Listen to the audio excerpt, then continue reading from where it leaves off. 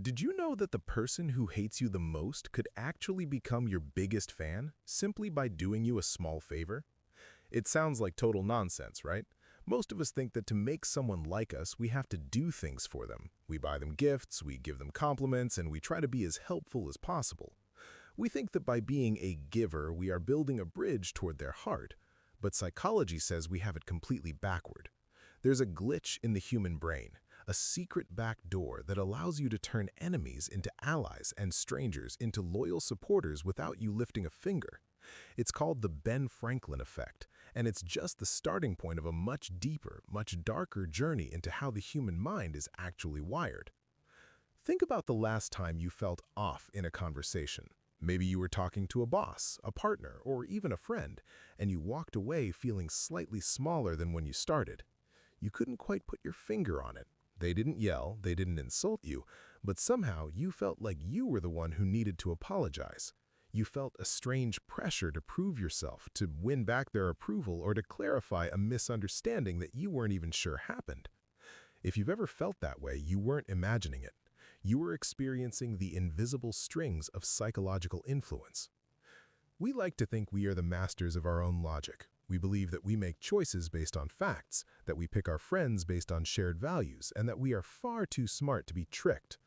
But the truth is that your brain is a biological machine with ancient pre-programmed shortcuts.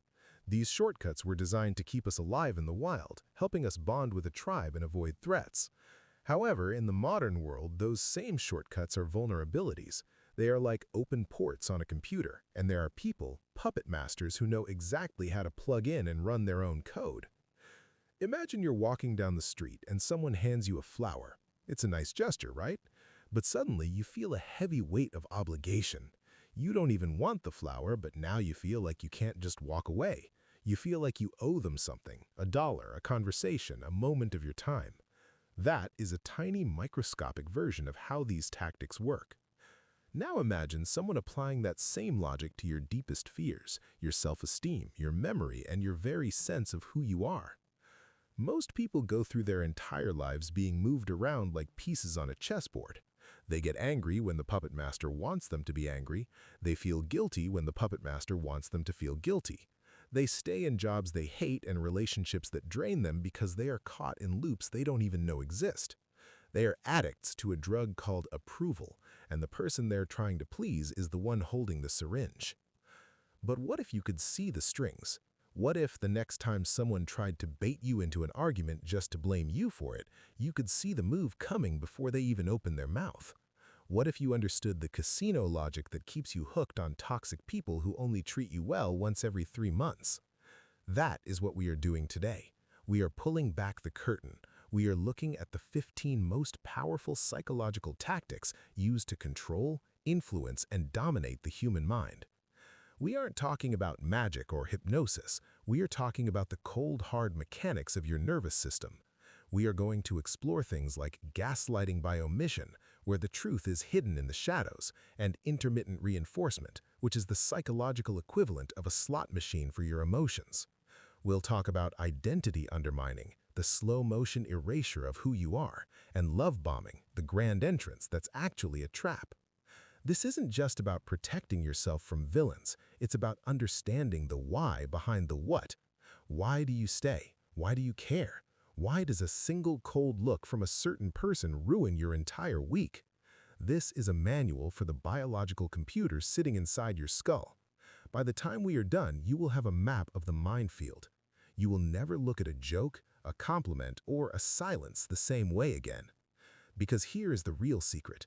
The puppet master only has power as long as the puppet doesn't know it's a puppet. The second you look up and see the strings, the show is over. You start to realize that the authority they have actually was given to them by you. The guilt you feel was an anchor they dropped in your heart, and the confusion you live in was a fog they manufactured to keep you from finding the exit. But wait, before we get to the enemy-to-friend glitch or the secret to turning a hater into a helper, we have to talk about a tactic that is so subtle, so quiet, and incredibly common that you've probably experienced in the last 24 hours without even noticing. It's a way of lying without ever saying a word. It's a way of making you feel like you're losing your mind in slow motion. and it starts with what isn't being said. Gaslighting by omission is particularly cruel because the abuser doesn't lie outright. They simply leave out key details that distort your entire sense of reality. It's not what they say, it's what they don't say that breaks you. Imagine your mind is like a massive jigsaw puzzle spread across a table. You're trying to see the full picture, your relationship, your work life, the truth about what's happening. But the other person is standing across from you with 5 or 6 crucial pieces hidden in their pocket. You keep staring at the incomplete puzzle, turning pieces over, trying different combinations. Nothing fits. The image makes no sense. And slowly, inevitably, you start to think, I must be the problem. I can't even put a simple puzzle together. This is the stealth version of psychological warfare. If someone tells you the sky is neon green, your brain can fight that. You can look up, see the blue, and realize they're lying. But when someone simply neglects to mention that they invited your ex to the party or that they already spent the money you were saving for rent, there is nothing for your logic to grab onto. You aren't fighting a lie, you're fighting a void. And the human brain hates a void. When there is a gap in information, we instinctively try to fill it. Most of the time, we fill it with our own insecurities. We think, I must have forgotten, or I probably overreacted and they were just trying to protect my feelings. I remember a time I was working on a project with a partner who forgot to tell me the deadline had moved up by a week. When I finished late, they didn't yell, they didn't call me names, they just looked at me with this heavy, disappointed pity and said, I thought we talked about this. Are you feeling okay lately? You seem really forgetful. I'm getting a little worried about your stress levels. Because there was no flat-out lie to point to, they could just claim they thought they told me. I couldn't defend myself. I spent the next week replaying every conversation in my head, searching for the moment I forgot. That is the true goal of omission. It forces you to become your own jailer. You start monitoring your own thoughts. You start taking notes on conversations just to prove to yourself that you aren't losing it. The manipulator, meanwhile, stays clean. They get to play the role of the concerned observer, the patient partner who is dealing with your supposed instability. It is a slow-motion erasure of your confidence. They curate the narrative, feeding you only the slivers of truth that keep you dependent on their version of reality. In personal relationships, it's even more devastating. It might be a partner who forgets to mention they're still in contact with someone they promised to block. When you eventually find out, they don't apologize for the contact. They attack you for the lack of trust that led you to find out. They frame their silence as not wanting to cause drama, effectively making their deception your fault. They make you feel like the villain for wanting the full story. The psychological impact of this is a constant state of hypervigilance. You're always waiting for the other shoe to drop. You're always scanning for what's not being said. Your nervous system stays in a state of high alert, which eventually leads to burnout. And when you're burned out, you're even easier to control. You stop fighting for the truth because you're too tired to keep looking for the pieces they've hidden. Here's what makes this tactic so insidious. It's completely deniable. If you confront someone about gaslighting by omission, they can always say, I didn't lie to you, you never asked. And technically, they're right. They didn't lie, they just withheld. And in that technicality, they find their shield. You end up feeling paranoid for expecting them to volunteer information. You start thinking that maybe you are too demanding, too suspicious, too controlling. That's exactly what they want. The worst part? You start doing it to yourself. You begin censoring your own questions because you don't want to seem insecure or needy. You tell yourself that if something were important, they would tell you. You give them the benefit of the doubt, over and over again, even as the puzzle pieces in your pocket multiply and the picture becomes more distorted. You become complicit in your own confusion. And here's something nobody talks about. Gaslighting by omission doesn't just affect your relationship with the manipulator, it affects your relationship with reality itself. You start questioning your ability to perceive truth.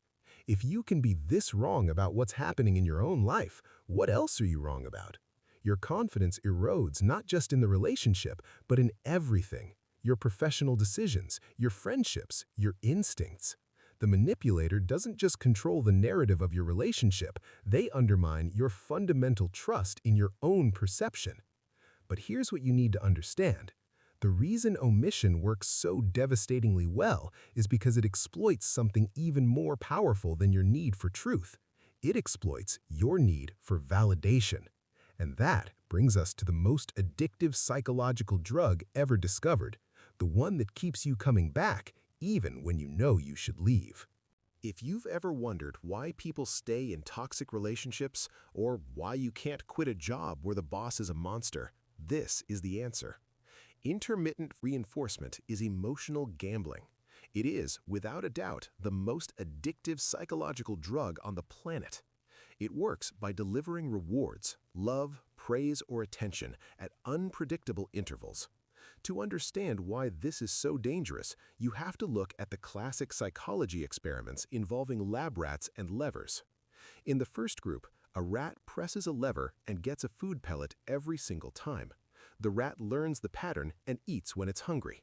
In the second group, the rat presses a lever and never gets food. Very quickly, the rat realizes the lever is broken and stops. But in the third group, the intermittent group, the rat presses the lever and gets food only sometimes. Sometimes it takes one press, sometimes 20, sometimes 100. The result? The rat becomes obsessed. It will stand at that lever and press it until its paws bleed. It has become a compulsive gambler because the maybe is more powerful than the yes. In human relationships, the manipulator is the person holding the food pellets. At the start, they might give you constant rewards. They shower you with love and make you feel safe. This builds a baseline of high-value dopamine in your brain. But then, without warning, the manipulator changes the schedule. They become cold. They stop responding to your texts. Your brain immediately goes into withdrawal. You start pressing the lever harder. You send more texts. You try to be better. You apologize for things you didn't do, all in an attempt to get that food pellet of affection back. And just when you are at your absolute breaking point, just when you are ready to walk away forever, they give you a jackpot. They plan a perfect romantic evening, or they tell you, "I don't know what I'd do without you." That hit is so much stronger than steady, consistent love because it comes after a period of intense pain and deprivation. Your brain experiences a massive surge of dopamine. You think, "See, they really do love me. The old them is still in there." This is the trap. You aren't in love with the person anymore. You are in love with the relief of the payout. You become a hope addict. You begin to mistake chaos for passion and relief for love. The manipulator knows this. They keep the rewards just out of reach, giving you just enough to keep you from leaving, but never enough to make you feel secure. Here's something I've never told anyone. I once stayed in a friendship for 3 years where I only felt valued maybe once every 2 months. Looking back, I can map it out like a casino player tracking slot machine payouts. January 15th, got a genuine compliment. March 2nd, they actually asked how I was doing. May 19th, invited to something meaningful. The gaps got longer, the payouts got smaller, but each time I thought, "See, this is who they really are. The coldness is just stress." I was a rat with bleeding paws, pressing the lever, convinced the next press would bring the food. The most devastating part, when you finally leave, your brain goes through actual withdrawal. You know the person was bad for you, but you miss them with a physical ache. That's not love. That's addiction. You're not missing the person, you're missing the drug. But it gets worse. Intermittent reinforcement doesn't just make you addicted to the person, it makes you addicted to the hope of who they could be. You fall in love with their potential. You start making excuses for the bad behavior because you remember how good it felt during the jackpot moments. You tell yourself, "They're just going through a hard time," or "They showed me who they really are that one time." But the truth is, they showed you who they really are every time, and most of those times, they showed you someone who doesn't care. The manipulator doesn't do this by accident. This is a calculated pattern. They've learned that the best way to keep you is not to be consistently good to you, but to be inconsistently good to you. Consistency breeds complacency, but intermittent rewards breed obsession. And here's the truly dark part. This doesn't just happen in romantic relationships. It happens in friendships, in family dynamics, in work environments. Any situation where someone has something you need, validation, approval, security, money, can become a gambling operation. You keep showing up, keep performing, keep hoping that this time will be the time they finally see your value. But they already see it. They're just using it against you.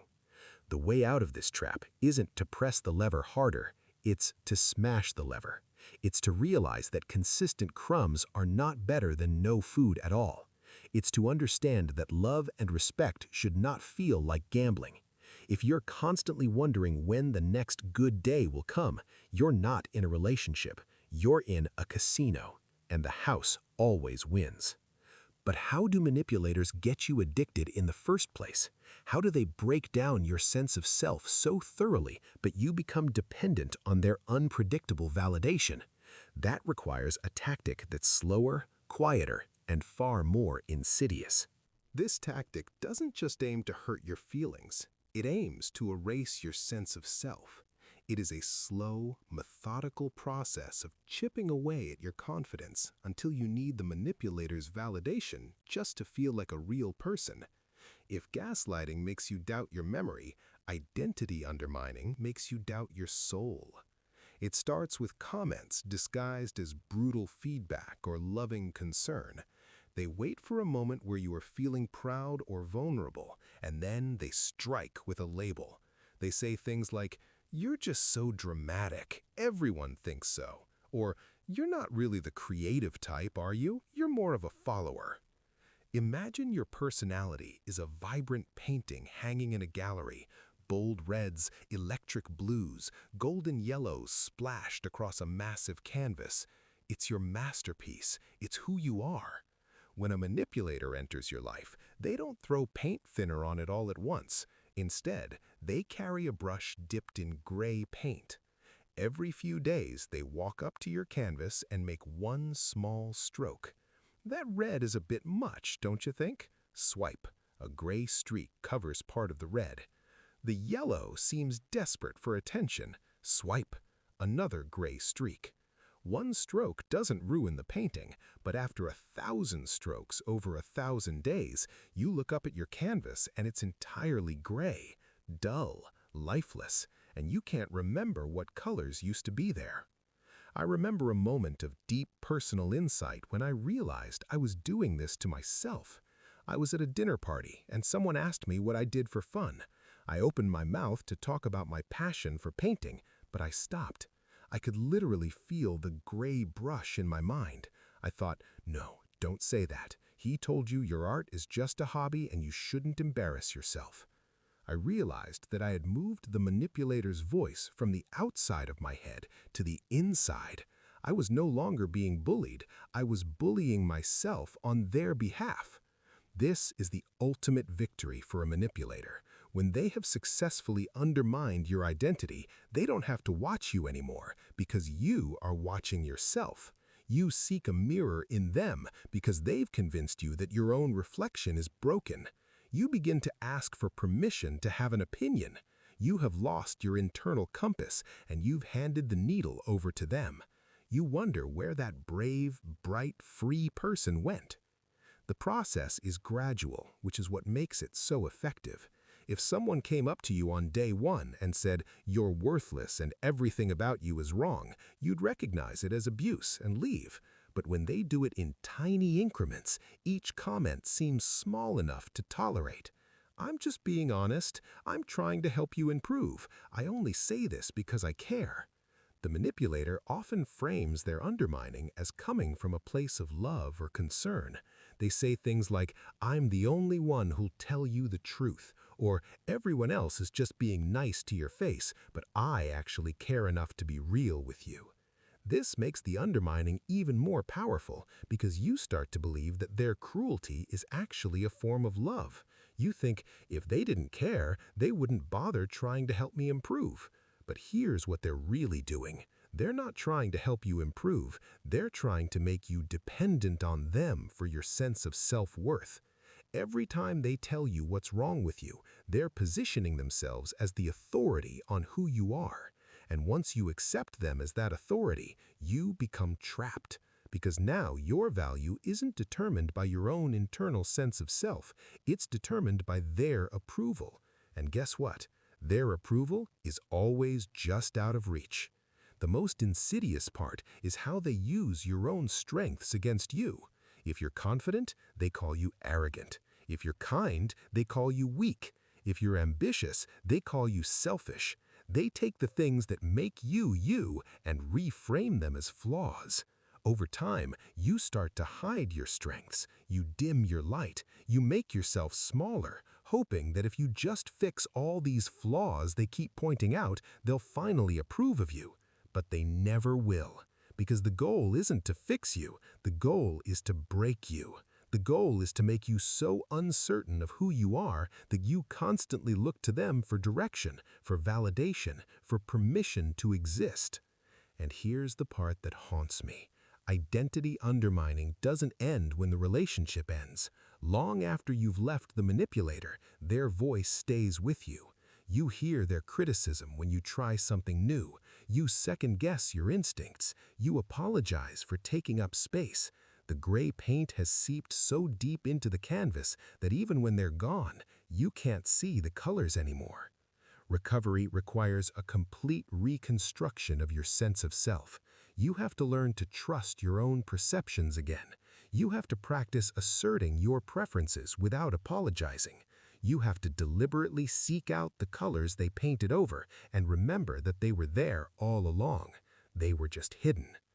But as we discussed, they didn't start with the gray paint. They started by promising to be the one person who finally saw your true colors. They started with something that felt like love, but was actually a calculated flood. And that overwhelming flood has a name. It's the tactic that feels like destiny, but is actually a demolition. Love bombing hides its claws inside overwhelming attention. At the start, it feels like a fairy tale. You've finally found the one who truly sees you. They shower you with grand gestures, constant messages, and enough compliments to drown in. But beneath the adoration lies a calculated trap. This isn't love, it's a high-speed chase designed to blow past your boundaries and your gut feelings before your brain even has a chance to process the speed. Think of love bombing as a psychological overload. In a healthy relationship, dopamine and oxytocin rise gradually. Love bombing is the equivalent of an industrial strength explosion. The manipulator floods your system with so much validation that your logic center effectively short-circuits. You become emotionally intoxicated. And when you're drunk on praise, you don't notice the person reaching into your pocket to steal your keys. Healthy relationships are like building a house brick by brick. Foundation, walls, roof, each piece carefully placed and tested for stability. Love bombing is trying to drop a fully constructed skyscraper onto an empty plot of land using a helicopter. The helicopter hovers overhead, cables straining, and then, boom, 100 stories of glass and steel come crashing down. It looks impressive for about 3 seconds, then the ground beneath it cracks. The structure is too heavy, too fast, too much. The foundation can't support it, and slowly, inevitably, the entire thing begins to sink, taking you down with it. The manipulator studies your wounds. Maybe you felt lonely or misunderstood, and they reflect back the exact version of the partner you've always wanted. I remember a time when I felt particularly lonely. I met someone who within 48 hours was telling me I was his soulmate. It felt like I was finally being chosen. But looking back, he wasn't looking at me. He was using flattery to glue me into a me-shaped hole in his own life. The danger is that it sets a baseline that is impossible to maintain. Once the manipulator feels they have successfully won you, the skyscraper starts to crumble. The affection becomes conditional. Suddenly, you're working for crumbs of validation from the same person who once drowned you in it. You begin to blame yourself for the loss of magic. You work harder, you give more, all in a desperate attempt to trigger that love bombing phase again. But it was never real. It was just the bait to move you into the next phase, the isolation and the control. Love bombing works because it exploits a fundamental human need, the need to be seen and valued. When someone comes along and seems to see you, really see you, in a way nobody else ever has, it feels like magic. It feels like fate. It feels like you finally found someone who gets you. But here's the truth. They don't see you. They see what you need to hear, and they're feeding it to you strategically. Think about how love bombing typically unfolds. Within days or weeks, the person is telling you they've never felt this way before. They're making future plans, trips you'll take together, how many kids you'll have, where you'll live. They're texting you constantly. They're showering you with gifts. They're introducing you to their friends and family immediately. They want to spend every waking moment with you. And it feels amazing because finally, someone is as excited about you as you are about them. But this intensity serves a purpose. It's not about celebrating you, it's about enmeshing you. The more time you spend with them, the less time you spend with your friends and family. The more they build this fantasy future, the more invested you become in making it real. The more they tell you that you're their everything, the more responsible you feel for their happiness. They're not building a relationship, they're building a cage, and they're decorating it so beautifully that you don't notice you're being locked inside. And here's what makes it so confusing. Some of the love bombing might be genuine. They might genuinely feel intense emotions, but intensity is not the same as depth. Just because someone feels something strongly doesn't mean it's real or sustainable. Many manipulators actually believe their performance in the moment. They're caught up in the fantasy too. But when reality inevitably crashes in, when you turn out to be a real person with needs and boundaries instead of the perfect object they imagined, the bombing stops. And when it does stop, it doesn't taper off gradually. It crashes. One day you're the center of their universe, and the next day you're an inconvenience. One day they can't imagine life without you, and the next day they're criticizing everything you do. And because the baseline was set so high, the fall is devastating. You keep trying to get back to that initial phase, convinced that the real them was the love bomber, and this new cold person is temporary. But the truth is reversed. The cold person was always real. The love bomber was the performance. And the isolation begins with a tactic so subtle, you won't realize you're being surrounded until there's nowhere left to run. Triangulation is the point where the manipulator stops playing a game of one-on-one and starts building a psychological stadium. It's a strategy where a third person, or even the idea of a third person, is strategically brought into your dynamic to create a sense of jealousy and constant comparison. At its core, triangulation is about maintaining the throne of the relationship. It is a masterclass in social destabilization. Imagine you are standing on a pedestal, but then the manipulator starts pointing at someone else standing on a different one. They don't have to push you off, they just have to make you feel like your pedestal is shrinking while the other person's is growing. This forces you into a Hunger Games for the manipulator's approval. You stop looking at the person who is actually hurting you and start looking at the rival they've created. The real weapon isn't the third person. Most of the time, that third party is completely innocent. They might be an ex-partner who is still reaching out, or a new friend who is so much fun. The manipulator uses this third point in the triangle to relay information indirectly. I remember an old friendship where she would spend 30 minutes telling me how amazing and loyal her other best friend was. I felt this sudden, desperate urge to prove that I was the better friend. I was so busy competing with a girl I had never even met that I didn't notice I was being treated like a personal assistant. This tactic works because it triggers a primal fear of abandonment. Humans are tribal animals. Being cast out once meant literal death. When a manipulator hints that someone else is more aligned with them than you are, it triggers a fight-or-flight response. You choose fight, but you aren't fighting the manipulator. You're fighting to regain your spot in the tribe. You become more compliant and more willing to overlook red flags just to hear them say, "Actually, I like you better." Triangulation can take many forms. Sometimes it's obvious. The manipulator is constantly bringing up their ex, comparing you to them, or keeping you in competition with them. Sometimes it's subtle. They'll mention a coworker who really gets them, or a friend who is so low maintenance, unlike you. Sometimes the third person doesn't even exist. They'll invent a rival just to keep you on edge. The goal is always the same, to make you feel replaceable. When you feel replaceable, you try harder, you tolerate more, you accept less, you stop making demands because you're terrified that if you ask for too much, they'll simply swap you out for someone easier. The manipulator has created a competitive environment where you're not in a partnership, you're auditioning for a role that could be recast at any moment. Here's what makes triangulation so psychologically damaging. It forces you to participate in your own devaluation. Instead of recognizing that the manipulator is treating you badly, you focus on why the other person is better than you. You start picking apart your own worth, comparing yourself to this rival, trying to figure out what they have that you don't. The manipulator doesn't even have to explicitly put you down. You're doing it to yourself. And here's the cruelest part. Often, the rival is facing the same treatment. If it's an ex, the manipulator is probably telling you about you, how you're crazy or controlling or not as good as them. If it's a new friend, the manipulator is probably triangulating them with someone else. Triangulation isn't about the specific people involved, it's about the power dynamic.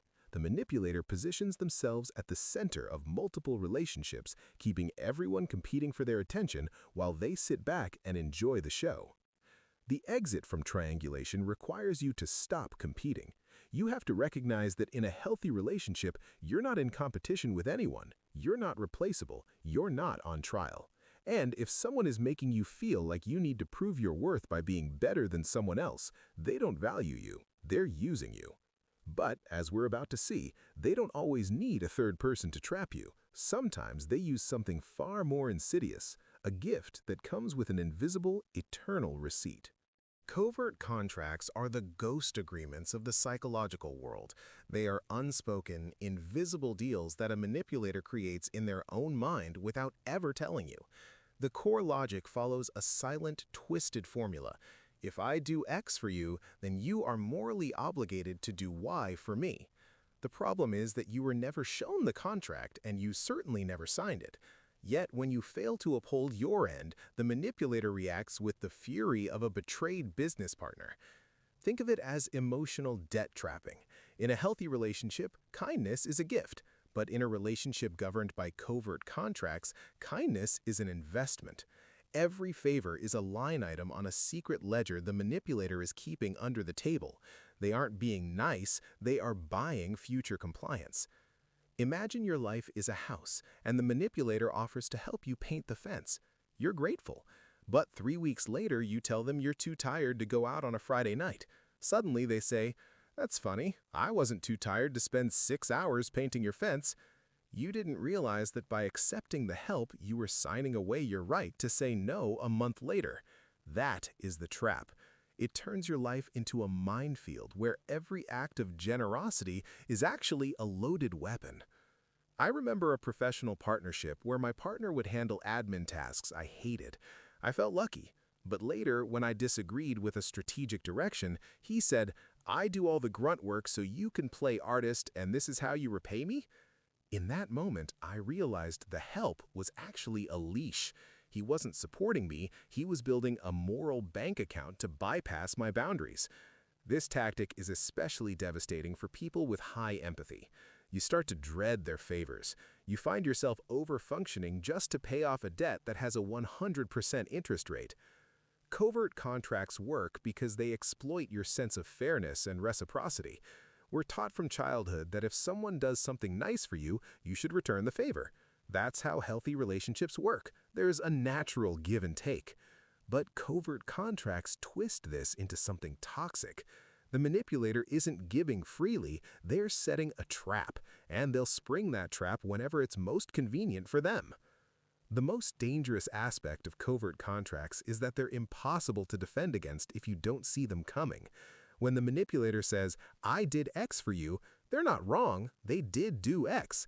So when you try to argue that you didn't ask for it or that you didn't realize there were strings attached, they act like you're being ungrateful. They frame you as the bad guy for not honoring a debt you didn't know you owed. And here's where it gets really insidious. Covert contracts don't just involve favors, they can also involve emotional labor. The manipulator might say, I listened to you complain about your job for hours, so now you owe it to me to, or I supported you through your depression, so you can't leave me now, even though I treat you badly. They're weaponizing their own kindness, turning every supportive act into ammunition they can use against you later. The way out of covert contracts is to start questioning favors.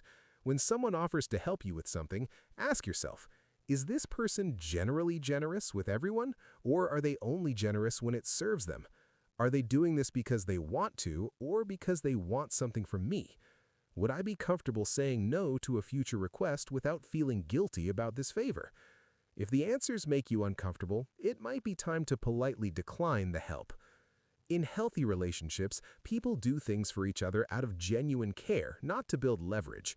If someone truly cares about you, they won't keep a running tally of every nice thing they've ever done for you. They won't throw your generosity in your face the moment you displease them, and they certainly won't make you feel like you're perpetually in debt to them.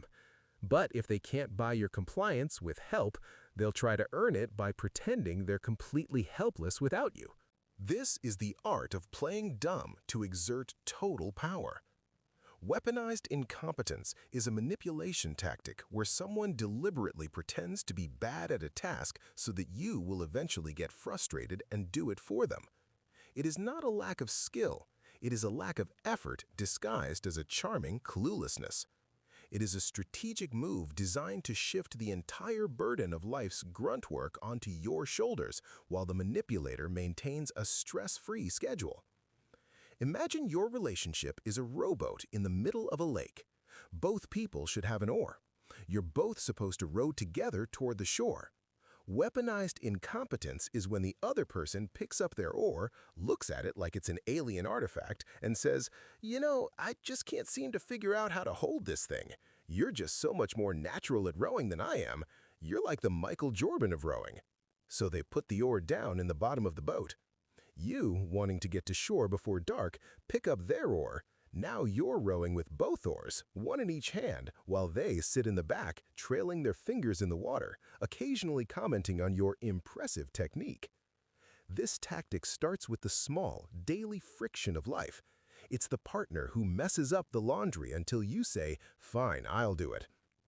I remember scrubbing burnt sauce off a ceiling while my partner sighed and said, "I'm just a disaster in the kitchen. You're so much more organized."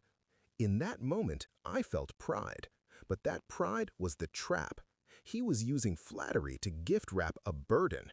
He wasn't praising me, he was retiring. He was using a strategic failure to ensure he never had to cook or clean again. This tactic works because it exploits your high standards and your desire for efficiency. The manipulator knows that you won't let the bills go unpaid or the kids go to school with unbrushed hair.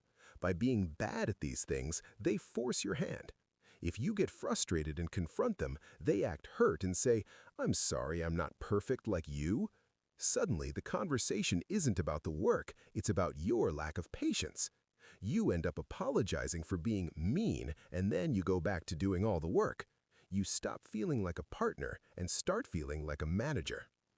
The psychology behind weaponized incompetence is fascinating and frustrating in equal measure. The person doing it isn't actually incompetent, they're strategic. They've calculated that the cost of looking foolish is lower than the cost of doing the work. They'd rather you think they're helpless than actually contribute equally.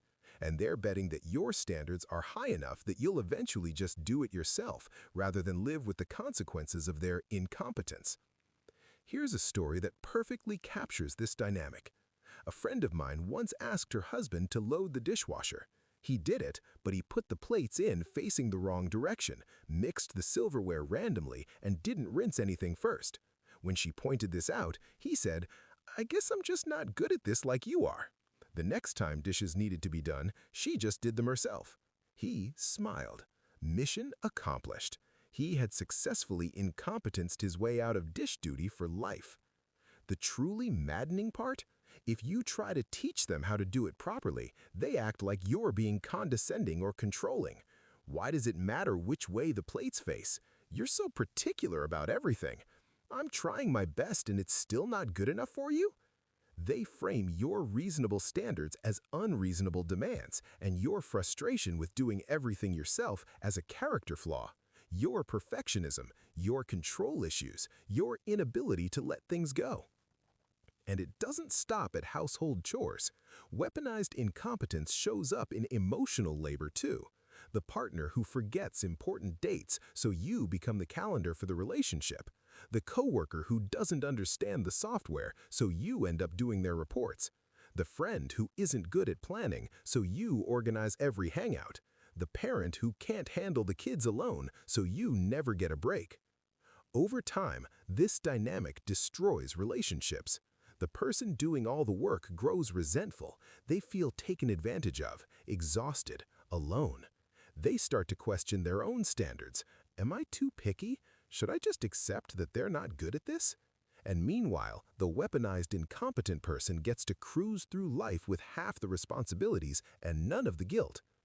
The way out? Stop doing it for them. Let the natural consequences happen. If they ruin the laundry, they wear shrunken clothes. If they don't plan, plans don't happen. If they forget, they face the fallout. It's uncomfortable, but it's the only way to break the pattern. Because as long as you're willing to be both oars, they'll never pick up theirs. But as exhausting as that is, it's nothing compared to the psychological torture that comes not from too much noise, but from complete and total silence. The silent treatment doesn't just stop a conversation, it punishes you with a void. It is the deliberate withdrawal of communication to create a state of uncertainty and desperation. This is not about someone taking space to cool down. That is a healthy boundary. This is about a psychological wall that says, you are invisible. You don't even exist until I decide you do. It is a cold, calculated move designed to break your spirit without ever having to raise a voice. Think of human connection as the oxygen for a relationship. When a manipulator uses the silent treatment, they are effectively sucking the air out of the room. Neuroimaging studies show that the same parts of the brain that register a physical injury light up when a person is being ignored.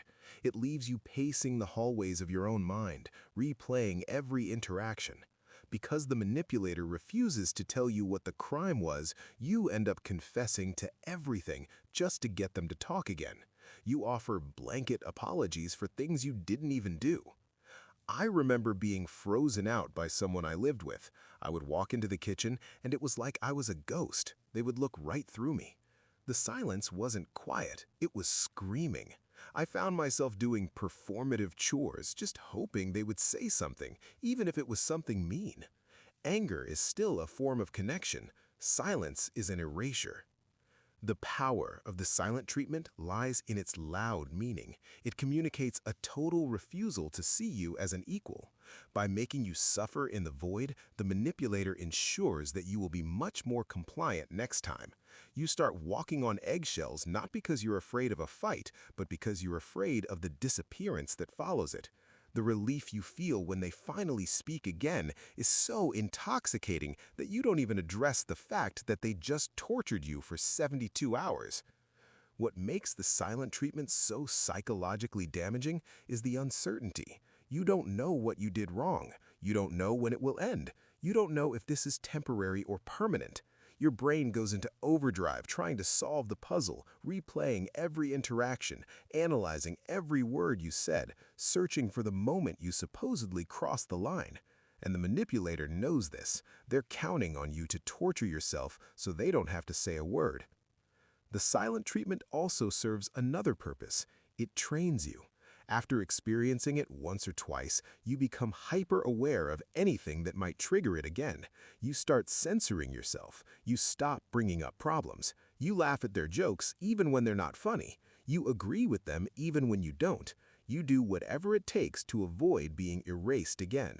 You've been conditioned like Pavlov's dog, except instead of salivating at a bell, you're fawning at the threat of silence.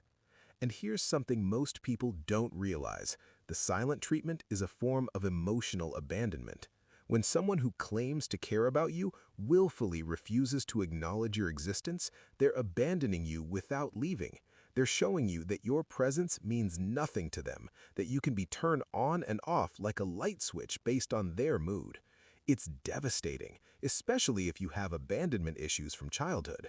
The manipulator is essentially recreating your worst fear, being left, but doing it while physically staying. The worst part? When they finally break the silence, they often act like nothing happened. They don't apologize, they don't explain, they just start talking again, and you're so relieved that you don't dare ask for accountability. You're just grateful the nightmare is over. And that's exactly what they want, for you to be so grateful for the gift of their voice that you forget they were the ones who took it away in the first place. In healthy relationships, people communicate. When they're upset, they talk about it. When they need space, they say so. They don't weaponize silence. They don't use their absence as a punishment.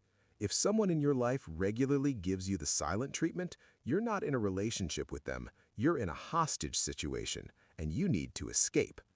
But as exhausting as it is to be starved by silence, it's nothing compared to the chaos of being drowned in a tidal wave of words. Flooding is emotional shock warfare. While the silent treatment starves you of connection, flooding drowns you in it.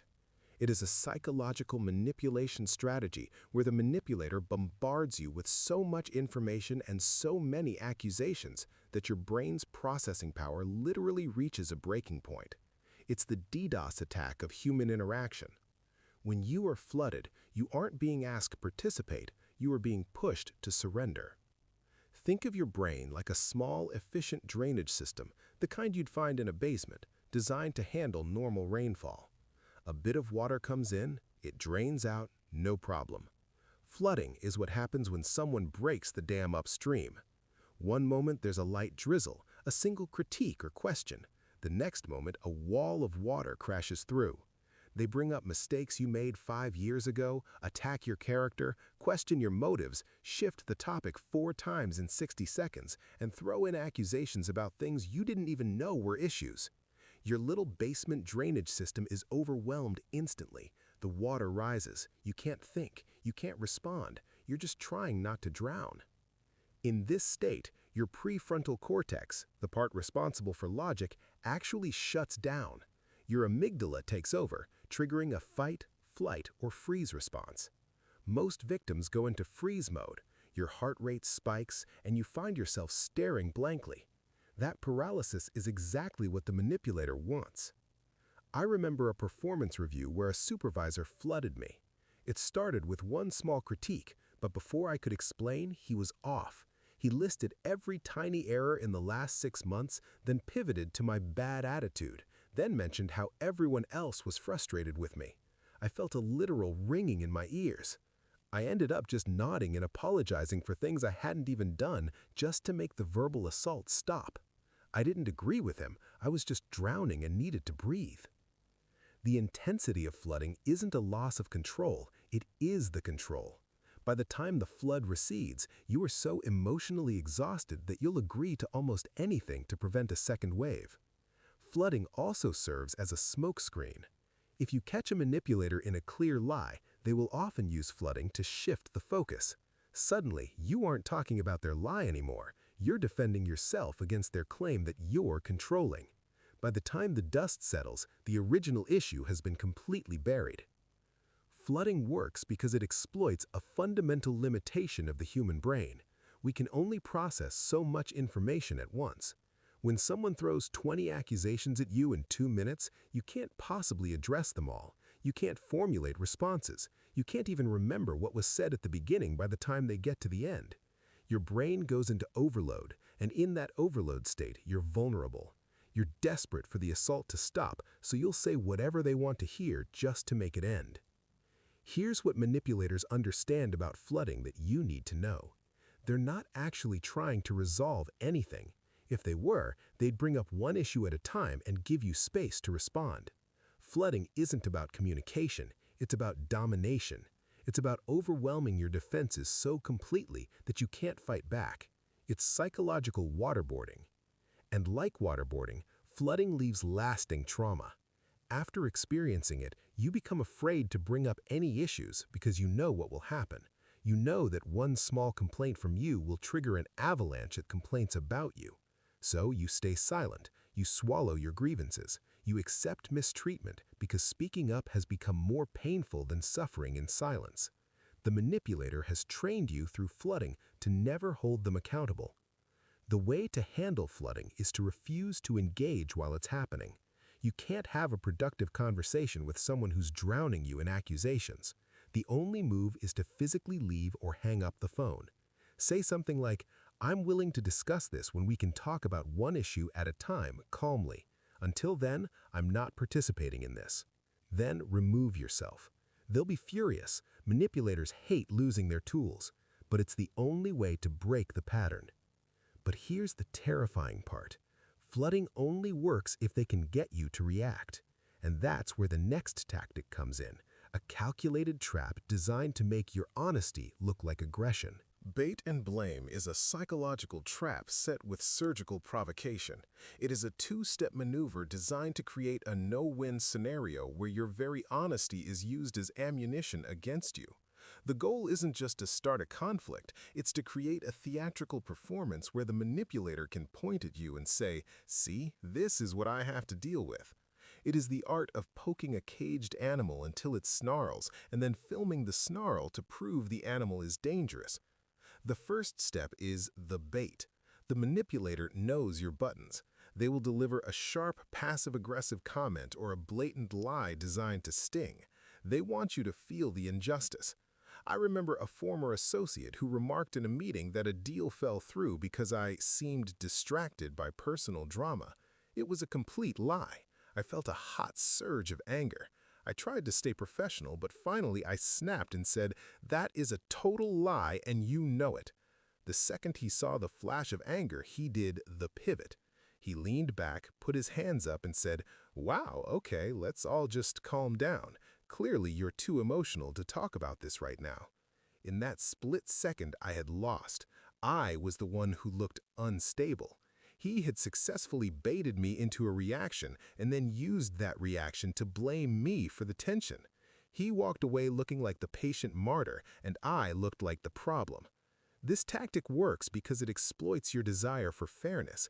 But in a bait and blame scenario, the manipulator isn't interested in the truth. They're interested in the reaction. It creates a reactive abuse dynamic. Because you are human, you eventually react. The manipulator then takes that single moment, that 1 second of losing it, and they use it to define the entire relationship. They frame the reaction as the action. You realize that any attempt to hold them accountable will be twisted into a proof of your own toxicity. Bait and blame is particularly insidious because it makes you doubt your own emotions. You start thinking, maybe I am too sensitive. Maybe I do overreact. Maybe I am the problem. The manipulator has successfully reframed justified anger as irrational behavior. They've turned your healthy response to mistreatment into evidence of your supposed instability. And here's the truly dark part. They'll often do this in front of witnesses. They'll bait you in a group setting, at a family dinner, in a work meeting, at a party with friends, because they want an audience. They want other people to see you lose it so they can point to those witnesses later and say, "Everyone saw how crazy you acted." They're building a case against you, using your own reactions as evidence. The way to escape bait and blame is to learn the Jade rule. Don't justify, argue, defend, or explain. When someone baits you, recognize it for what it is and refuse to engage. You can say something like, "I'm not going to respond to that," or you can simply not react at all. Become a gray rock, boring, unreactive, giving them nothing to work with. It's hard because every fiber of your being wants to defend yourself against the injustice, but defending yourself is exactly what they want. The only way to win is not to play. But if they can't make you look like the villain by making you angry, they'll try something even more insidious. They'll trap you by making you feel like a hero. This is perhaps the most insidious tactic because it uses your greatest strength, your ability to care, against you. It is the calculated exploitation of your compassion to excuse harmful behavior and keep you emotionally trapped. It doesn't break your heart with a hammer. It uses your own heart to break your boundaries. The manipulator doesn't scream, they suffer. They become the wounded bird that only you can heal. Empathy weaponization is when the manipulator takes your light and turns it into a spotlight that must only be focused on their pain. When you try to hold them accountable, they pivot. They say, "I know I messed up, but you have no idea what I've been through. I wish you could understand how hard it is for me to just exist." Suddenly, the pain they caused you is pushed into the shadows because now you feel bad for making them feel bad. You become the caretaker of the person who is actively hurting you. I remember a moment in my own life where I discovered a significant lie. I was ready to walk away, but the moment I sat them down, they collapsed. They started weeping about a deep, secret trauma from their past. I spent the next 4 hours holding them and telling them it was okay. I realized months later that the trauma reveal was a tactical nuke. They didn't share it to be vulnerable. They shared it to terminate the conversation about their lie. They used my empathy as a get-out-of-jail-free card. This tactic works because it taps into your humanity. You don't want to be the person who kicks someone while they're down. The unspoken threat is always, if you leave me, you are proving that you are just like everyone else who abandoned me. It makes you feel like walking away is a moral failure. You stay longer and tolerate more because your complaints make them feel like a failure. You stop being a partner and start being a volunteer therapist. You have to realize that trauma is an explanation, not an excuse. If someone hits you with their car, it doesn't matter if they were having a bad day, you're still bleeding. Empathy weaponization is especially effective against people with high emotional intelligence and strong empathic abilities. If you're the kind of person who naturally attunes to others' pain, who wants to help, who believes in second chances and growth and redemption, you're a prime target. The manipulator knows this. They know that if they can make you feel sorry for them, you'll forgive anything. They know that if they can position themselves as the victim, you'll ignore the fact that you're the one being victimized. Here's how it typically plays out. You confront them about something they did wrong. Before you can even explain how they hurt you, they're crying.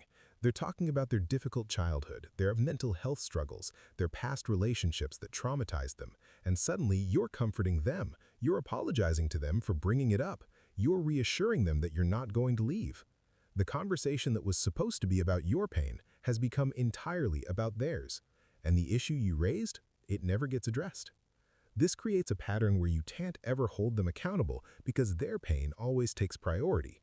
Your needs don't matter because they're going through something. Your boundaries don't count because setting them would hurt the manipulator. You end up carrying not only your own emotional weight, but theirs as well. And the relationship becomes a one-way street where you give and give and give, and they take and take and take, all while positioning themselves as the fragile one who needs protection. The most heartbreaking part of empathy weaponization is that it corrupts something beautiful, your capacity for compassion, and turns it into a chain. You start to resent your own empathy. You wish you could be colder, harder, less affected by others' pain, but that's not the answer. The answer is learning to extend empathy to yourself as well. To recognize that someone's trauma, while real and valid, doesn't give them permission to traumatize you. To understand that helping someone doesn't mean sacrificing yourself. But as hard as it is to fight your own empathy, it's even harder when they recruit an entire army to gaslight you. Gaslighting by proxy is psychological warfare with backup. It is a chilling extension where the manipulator recruits an army. They enlist third parties, friends, family, and even therapists to reinforce their distorted narrative. It is designed to make you doubt your own sanity because everyone else seems to believe the lie. It is the ultimate isolation tactic. Imagine a courtroom where the jury and judge had been briefed by the prosecution months before you even arrived. You walk in thinking you're going to get a fair trial, but everyone in the room has already decided you're guilty. The prosecutor doesn't even need to make a strong case. The judge is nodding along, the jury is giving you looks of disgust, and your own lawyer seems skeptical of your story. You start presenting your evidence, but it doesn't matter. The verdict was written before you walked through the door. The manipulator starts the smear campaign long before you realize there's a conflict. They go to the people you trust and say, "I'm so worried about them. They've been acting so paranoid lately." They don't come off as mean. They come off as heartbreakingly patient. I remember a moment when I was leaving a toxic work environment. I noticed a shift. People stopped inviting me to lunch. It wasn't until months later that I found out my supervisor had been confiding in the team about my mental health struggles. By the time I tried to explain my side, nobody believed me. They saw the unstable person they had been warned about. My truth was dead on arrival. This tactic works because humans look to the group for reality testing. When one person tells you you're crazy, you can dismiss them. But when your best friend and your boss all look at you with quiet pity, you start to break. The manipulator provokes you in private until you finally snap. Then, they take that reaction to the proxies and say, "See? I told you they were like this." You are being framed for a crime you didn't commit. This tactic is common in the discard phase. The manipulator needs to be the winner, so they rewrite history to make you the villain. You aren't just losing a partner, you're losing your community. Gaslighting by proxy is devastating because it doesn't just make you doubt your reality, it makes you doubt your ability to convince anyone else of your reality. You know what happened. You know what they did. But when you try to explain it to others and they look at you skeptically, when they say things like, "That doesn't sound like them," or "Are you sure you're not misremembering?" it's crushing. You start to wonder if maybe you were crazy. Maybe you did imagine it all. Maybe everyone else is right and you're wrong. The manipulator is strategic about who they recruit as proxies.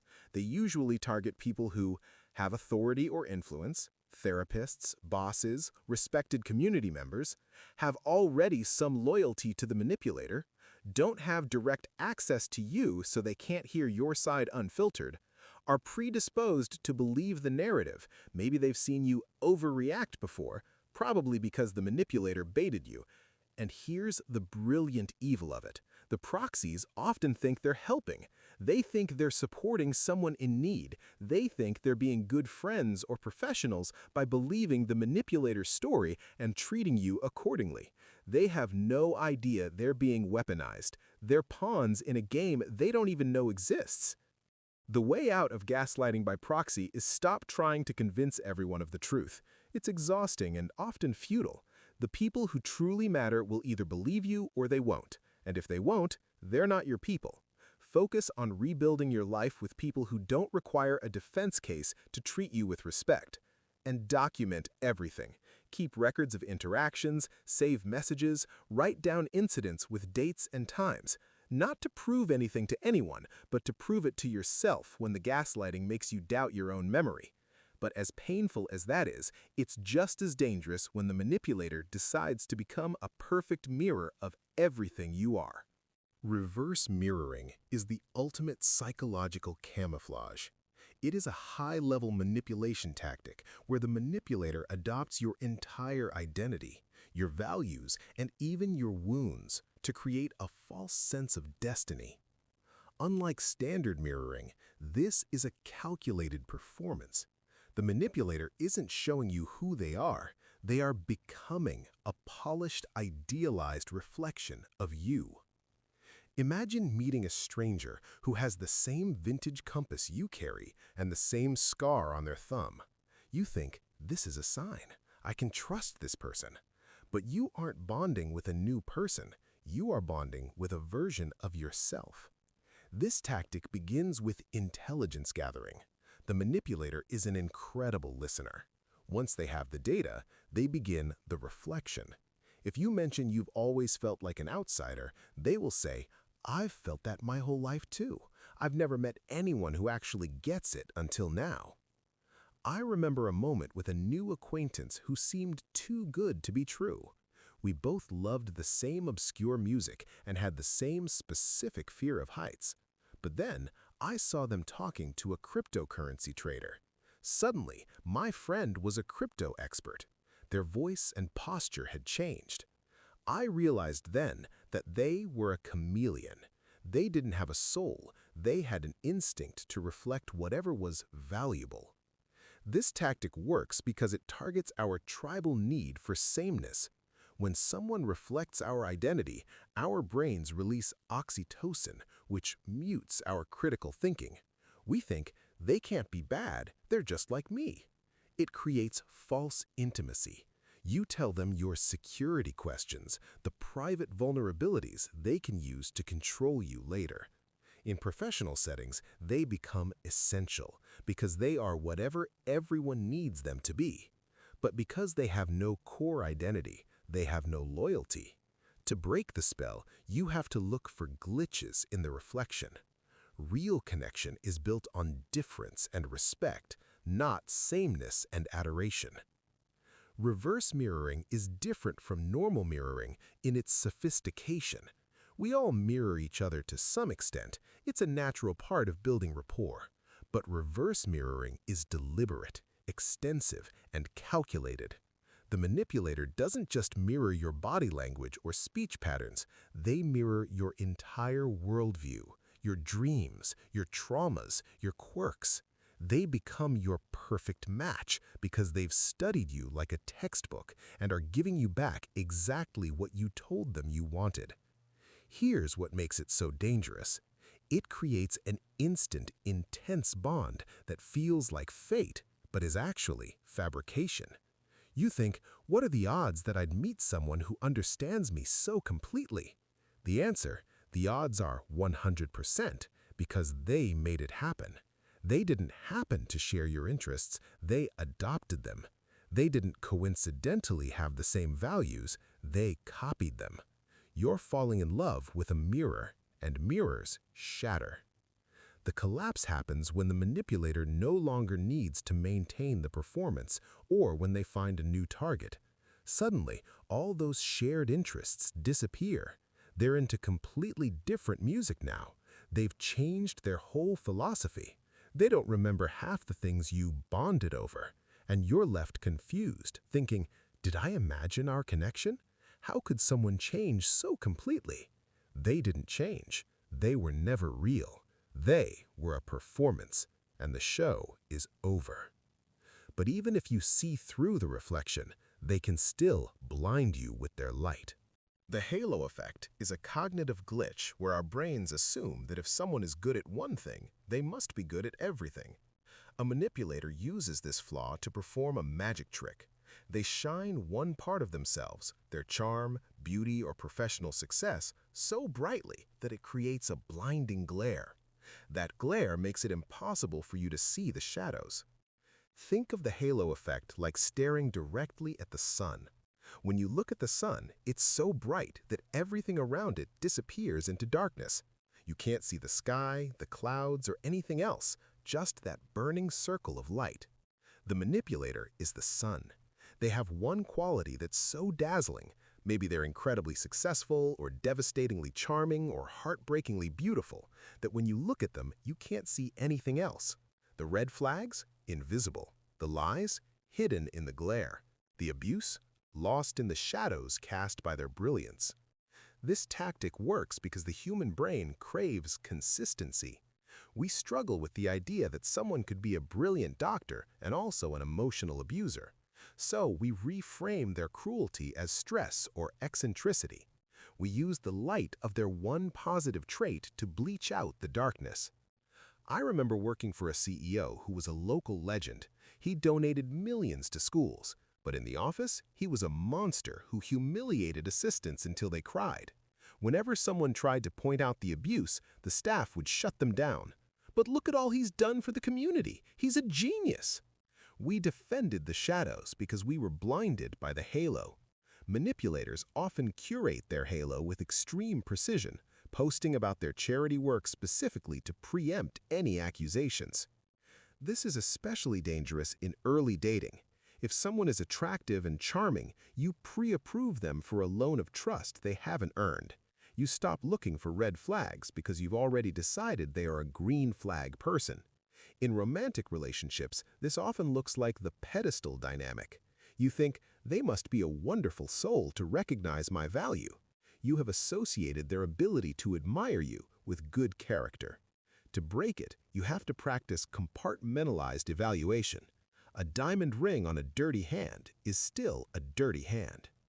The halo effect is particularly powerful because it's not just about how you see the manipulator, it's about how everyone else sees them too. When someone has a strong public image, it becomes incredibly difficult to speak out against them. Who's going to believe that the beloved community leader is abusive at home? Who's going to take seriously the accusation that the charming, successful businessman is a workplace bully? The halo protects them like armor. And here's the psychological trap. You yourself might not believe what you're experiencing. You might think, they're so accomplished, beautiful, intelligent, or successful, why would they need to manipulate me? I must be misunderstanding. You give them the benefit of the doubt because the halo is so bright it blinds even you to your own experience. You think, someone this impressive wouldn't stoop to this behavior, even as they're actively stooping to that behavior right in front of you. The way to see past the halo effect is to evaluate different areas of someone's life separately. Yes, they're successful at work, but how do they treat service workers? Yes, they're beautiful, but are they kind? Yes, they're charming at parties, but how do they behave when no one's watching? Judge each trait on its own merits instead of letting one positive trait color your perception of everything else. A person can be brilliant in their field and terrible in relationships. Both things can be true simultaneously. But even when you see the truth, they have one final counterintuitive move that most people never see coming. Finally, we've come full circle to the most counterintuitive secret in the manual. If you want to win someone over, especially someone who dislikes you, don't do them a favor. Instead, do the exact opposite. Ask them for a favor. This is the Ben Franklin effect.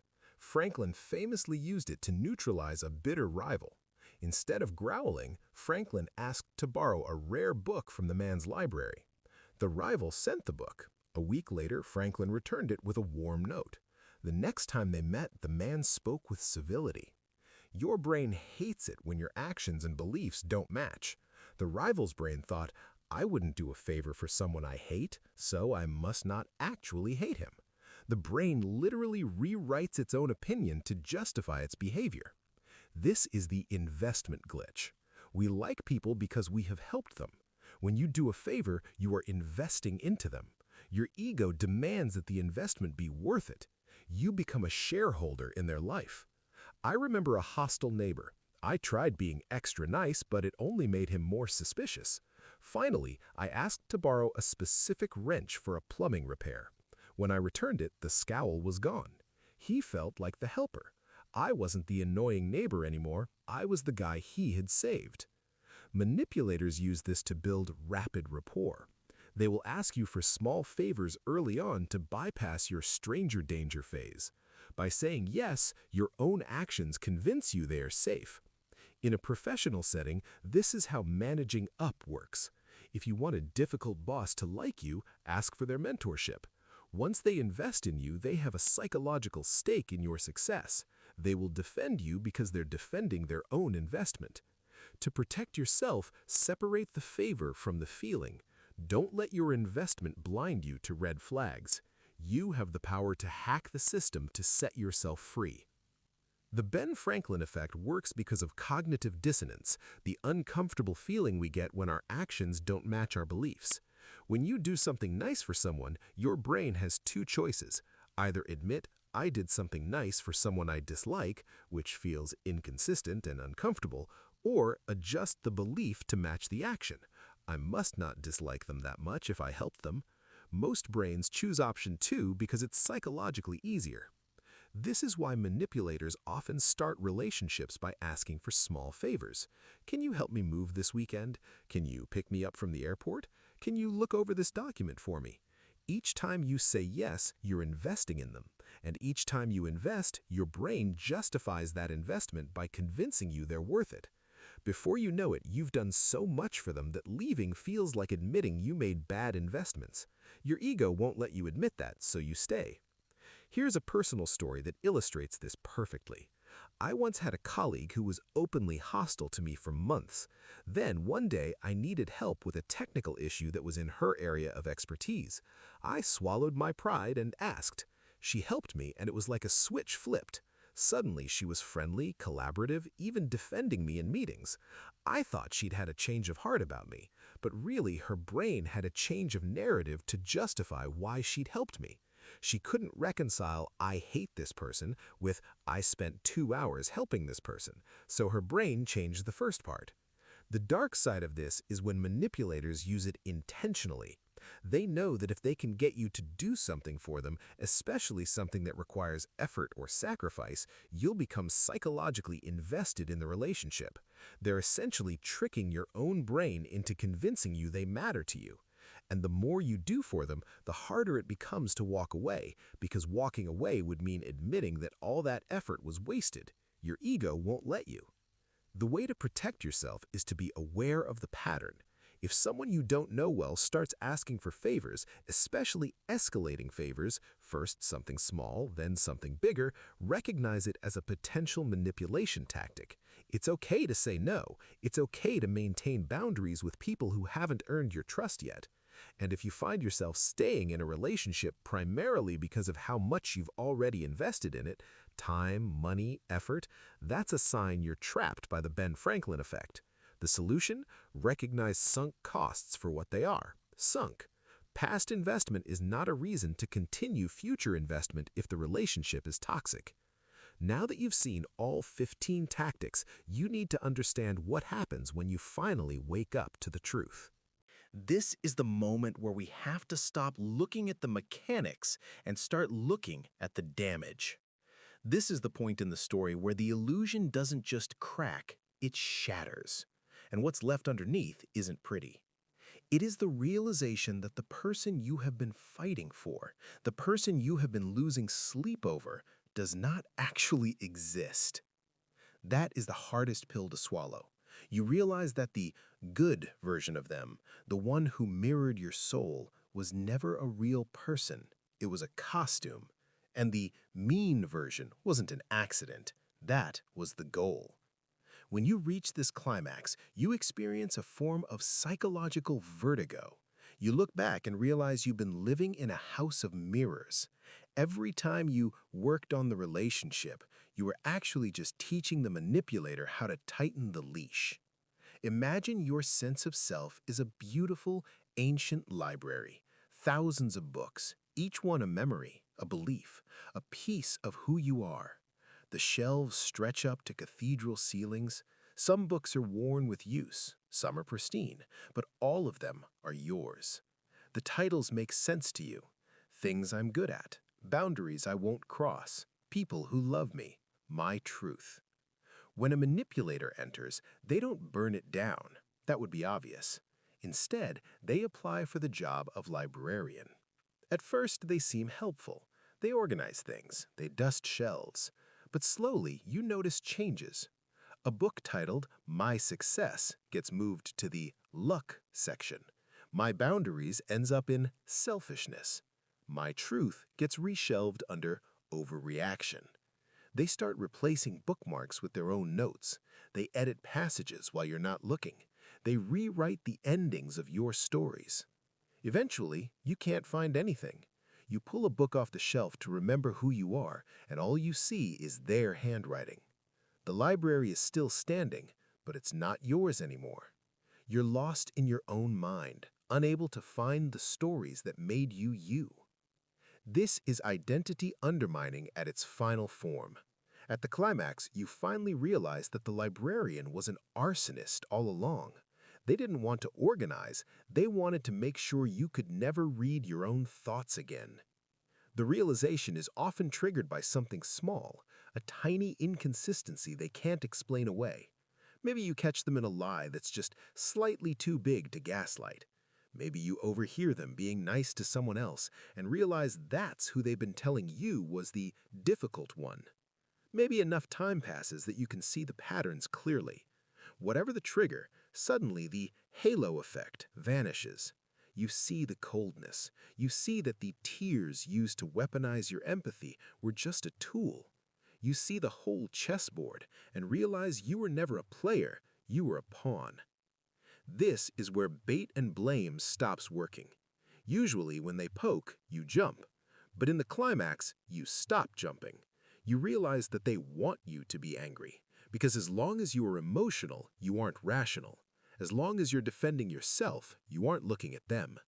As long as you're focused on proving you're not crazy, you're not focused on the fact that they're deliberately making you feel crazy. The most painful part is the self-betrayal. You realize how much you played dumb to your own instincts. Every time your gut said something's wrong here, you talked yourself out of it. Every time a friend expressed concern, you defended the manipulator. Every time you felt that sinking feeling, you convinced yourself you were overreacting. You gaslit yourself on their behalf. You were the one holding the door open while they walked in to rob you. You stayed because of future faking, for a ghost version of a person who promised they would change someday. But someday is a mirage. It shimmers on the horizon, always the same distance away no matter how far you walk toward it. In the climax, you finally stop walking. You finally admit, they are never going to be who I need them to be, because they don't want to be. And here is the moment that breaks you open. You realize they knew exactly what they were doing.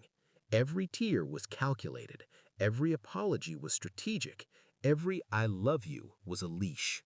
This wasn't a misunderstanding or a communication problem. This was intentional. And that truth is simultaneously devastating and liberating.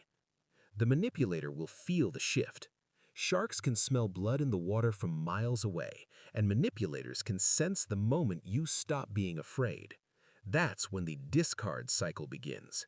They'll either double down on love bombing, trying to pull you back in with promises and performances, or they'll try to destroy you through gaslighting by proxy, recruiting others to validate their narrative that you're the problem.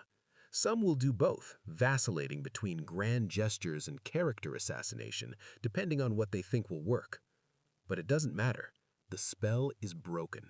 You realize their authority was just a paper crown you placed on their head. They only had power because you gave it to them. And what you gave, you can take back. The real power comes from the gray rock method, becoming as boring and unresponsive as a gray rock. When they bait you, you give a one-word answer. When they try to flood you, you say, "I'm not discussing this," and leave. When they weaponize their empathy, you don't bite. You become unrewarding to manipulate. Without your reactions, they have nothing. They're a magician whose tricks only work when the audience participates. When you stop participating, the magic dies. The climax is simultaneously a death and a birth. The you that believed the lies has to die, so the you that knows the truth can live. It's painful, it's disorienting. You mourn not just the loss of the relationship, but the loss of who you thought you were in it. You mourn the time you wasted, the parts of yourself you compromised, the opportunities you missed while you were trapped. But on the other side of that mourning is something else. Freedom. The casino is closed, the strings are cut, the puppet show is over. And for the first time in months or years, you can finally hear your own voice again. It's quiet at first, tentative, like someone who hasn't spoken in a long time. But it's there, and it's yours, and no one can take it from you ever again. We've reached the end of this journey through the darkest corridors of the human psyche. We've looked at 15 tactics that can turn a healthy mind into a battlefield. But the goal of this knowledge isn't to make you paranoid. The goal is to give you the ultimate shield, the ability to recognize a pattern while it's still in the early stages. Knowledge is the only thing that can neutralize a psychological trap. These tactics only work in the dark. They rely on the fact that you are a good, reasonable person who assumes everyone else is playing by the same rules of fairness. But once you bring these tactics into the light, they lose their magic. When you see a bait and blame attempt and you think, "Oh, that's just a baiting tactic," the emotional sting vanishes. You aren't reacting anymore, you are observing. And once you move from being a participant to being an observer, the manipulator has lost their grip. Imagine that for years, you've been living in a house where the gravity is constantly shifting. One day the floor is where it should be, and the next day you're walking on the walls. You've spent so much energy just trying to stay upright, just trying to figure out which way is up. Your inner ear is confused, your balance is shot, you're exhausted from the constant effort of just existing. But today, you found the front door. Stepping out doesn't mean you'll instantly be healed. Your inner ear is still going to expect the floor to tilt. For a while, you'll walk through the normal world bracing yourself for changes that don't come. You'll flinch at kindness, waiting for the catch. You'll question people's motives, scanning for tactics. That's normal. That's the hangover from living in the upside-down house. But now you have a map. You know what normal gravity feels like, and slowly your system will recalibrate. Reclaiming your reality is a slow process, but it is the most sacred work you will ever do. It requires you to rebuild your trust, not just in others, but in yourself. You have to learn to listen to your gut again. You have to practice believing your own perceptions. You have to give yourself permission to set boundaries without guilt, to say no without explanation, to walk away from people and situations that feel wrong even if you can't articulate exactly why. Here's my moment of vulnerability that I've never shared publicly. I've realized that my own goodness was exactly what the puppet masters were looking for. I was raised to be kind, to be understanding, to give people second chances, to see the best in everyone, and those are beautiful qualities, until someone weaponizes them against you. I had to learn the hard way that understanding a manipulator's trauma doesn't mean I have to stay and be the target for their pain. I had to learn that empathy without boundaries is self-destruction.